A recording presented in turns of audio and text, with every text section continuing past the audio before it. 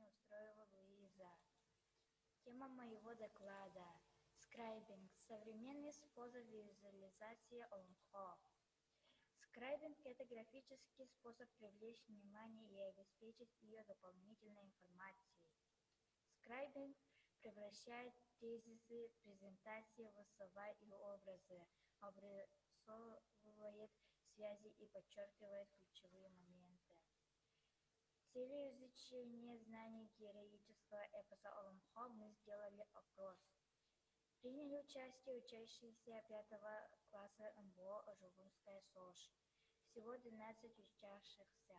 Таким образом, низкий уровень 52%, средний уровень 40%, высокий уровень 8%. У учащихся преобладает низкий уровень знаний героического эпоса ОЛМХО. Поэтому мы решили разработать скрайбинг на тему ОЛМХО. Я разработала несколько скрайбов. Во-первых, скрайб рассказ, что такое ОЛМХО.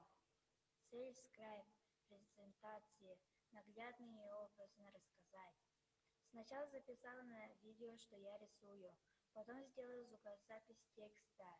После этого объединила их с помощью телефонного приложения Vivo Video. Во-вторых, видео скрайб минирует бюро. Цель скрайб презентация наглядно и образно рассказать. Прилагаю ссылку на полное видео. После разработки скрайбинга мы показали учащимся 5 класса.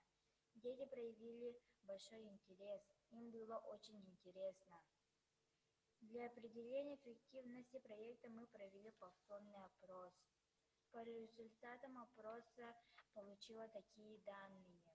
Низкий уровень 0%, средний уровень 40%, высокий уровень 60%.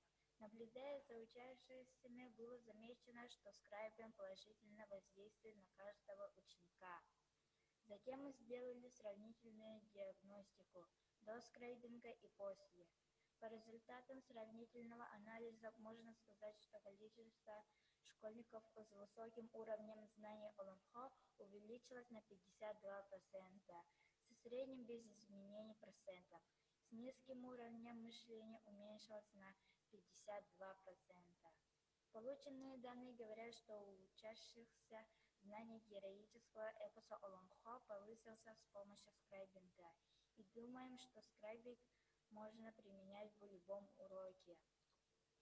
Скрайбинг позволяет усваивать информацию более эффективно, чем многие другие виды презентаций, и успешно заменять собой скучные и многословные объяснения. А еще скрайбинг поможет приобрести качества, которые в будущем станут их опорой. Это логическое, образное и креативное мышление, способность эффективно работать в команде, принимать быстрые практические решения. Спасибо за внимание.